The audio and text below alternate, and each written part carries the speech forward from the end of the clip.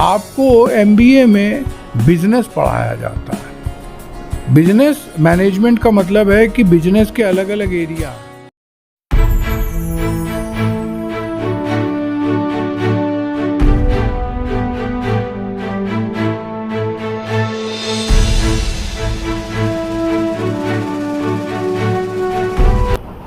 Hello students, स्वागत है आपका एजुकेशनल वर्ल्ड में। और आज मैं उत्कर्ष शुक्ला एक्सपर्ट टॉक के अंतर्गत आपको मिलवाने जा रहा हूं एक बहुत ही एक्सपर्ट पर्सनालिटी हैं हमारे साथ, डॉक्टर दीपक शर्मा सर, जिन्होंने मैनेजमेंट से पीएचडी भी करी है।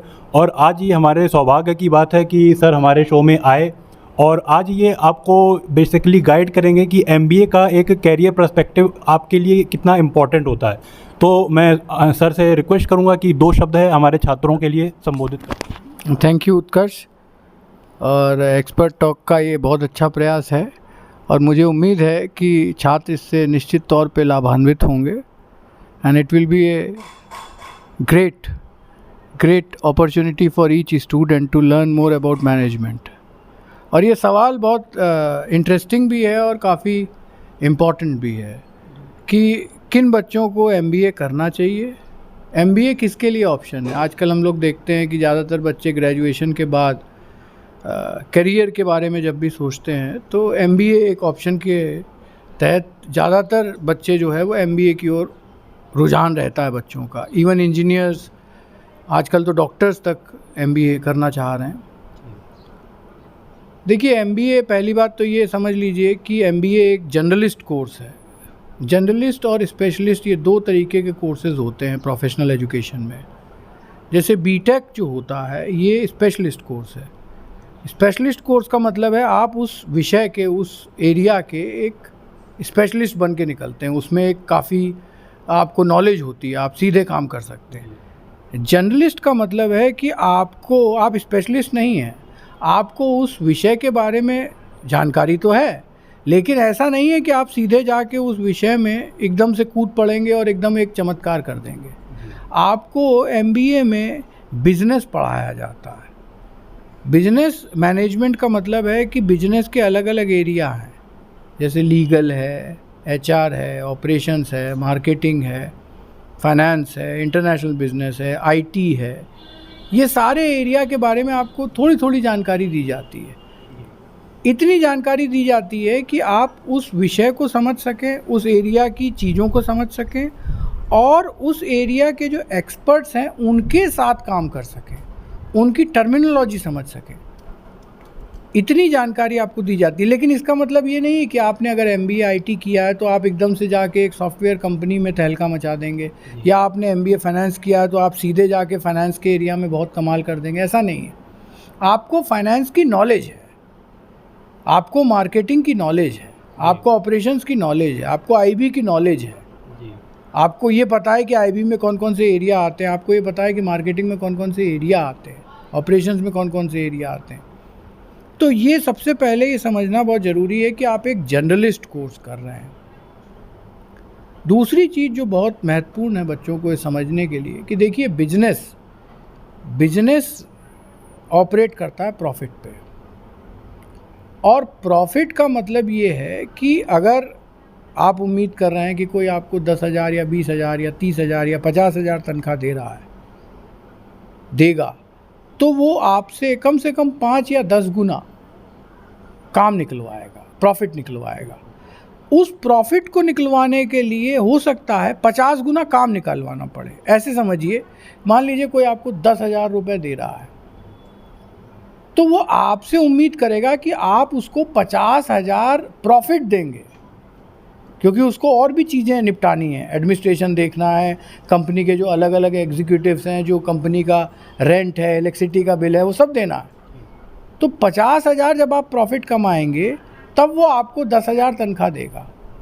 अब 50,000 प्रॉफिट कमाने के लिए अगर कोई कंपनी 10% मार्जिन पे काम कर रही है तो 5 लाख रुपए का बिजनेस करना पड़ेगा आपको 1 महीने में।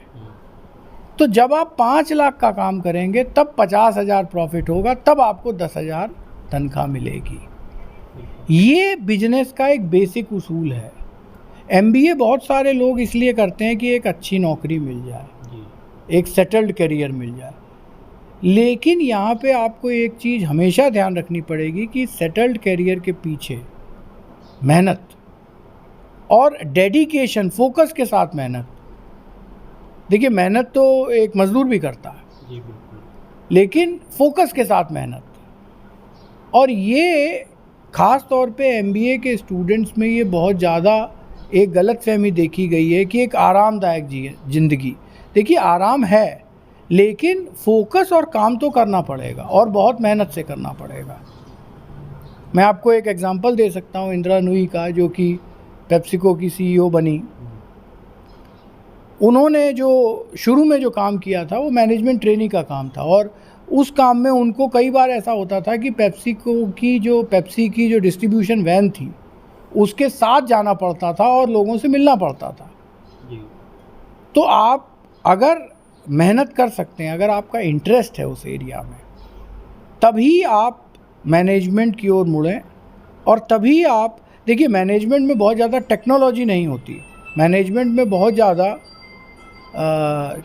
साइंटिफिक चीज़ें नहीं हैं। यहाँ पे ज़्यादातर चीज़ें जो हैं वो आपको लोगों के साथ डीलिंग करने वाली हैं, इंटरपर्सनल चीज़ें हैं। आपका व्यवहार कैसा होगा, आपकी बॉडी लैंग्वेज कैसी है, आपकी कम्युनिकेशन कैसा है, आपकी कन्विंसिंग पावर कितनी है, आप कितनी जल्दी लोगों की चीज़ों को समझ लेते हैं, कैसे आप उनकी चीज़ों को आसान बना देते हैं, इसका नाम है मैनेजमेंट। तो अगर आपका इंटरेस्ट है इसमें, अगर आपको लगता है कि नहीं साहब आपको मज़ा आता है, तब आप मैनेजमेंट को एक ऑप्शन के रूप में लें, तभी आप उसमें सक्सेसफुल हो पाएंगे। आप बड़े बड़े जितने भी जो मैनेजमेंट के महान लोग माने जाते हैं, अगर आप उनके इंटरव्यू देखें, उनकी किताबें पढ़ें, तो आप देखेंगे कि उन्होंने बहुत छोटे लेवल से शुरू किया था और धीरे धीरे उसमें वो इनोवेशंस करते गए, उसमें चेंजेस लाते रहे, और आज वो एक मुकाम पे, आज एक बहुत बड़े करियर ऑप्शन पे पहुंच गए हैं, करोड़ों का बिजनेस है। लेकिन शुरुआत बहुत छोटी थी। तो एमबीए जो लोग ये सोच के करते हैं कि इसके बाद एक आसान ज़िंदगी होगी, उनके लिए बहुत क्लियर मैसेज है मेरा कि आसान तो नहीं है। बड़ी से बड़ी कंपनी जो आपको लाखों रुपए तनख्वाह देती है, वो आपसे कम 5 से 10 गुना ज़्यादा काम निकलवाएगी। नहीं तो बिज़नेस चैरिटी नहीं है, बिज़नेस सीधा है। प्रॉफिट मिलेगा तभी आपको उसमें से शेयर मिलेगा, अदरवाइज़ कंपनियां क्यों काम करेंगी।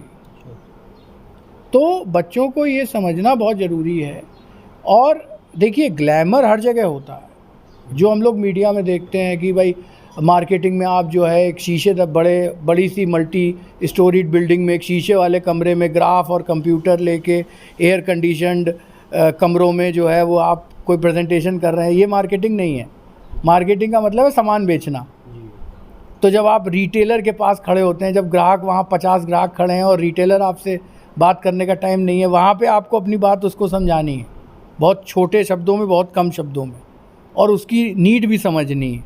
फाइनेंस में हम देखते हैं कि साहब आप कंप्यूटर पे बैठे हुए, फिल्मों में दिखाया जाता है कि आप स्टॉक एक्सचेंज की नैस्डैक देख रहे हैं, करोड़ों रुपए का फ़ायदा हो रहा है। ऐसा नहीं है। आज भी अकाउंट्स हमारे यहाँ बहुत जगह हाथों से लिखे जाते हैं और फाइलें रखी जाती हैं। तो बच्चों को ये समझना पड़ेगा कि ग्लैमर अपनी जगह होता है, लेकिन उस ग्लैमर के पीछे काफ़ी मेहनत है, काफ़ी हार्ड वर्क है। सर, आपका बहुत बहुत शुक्रिया एक्सपर्ट टॉक का हिस्सा बनने के लिए। Thank you.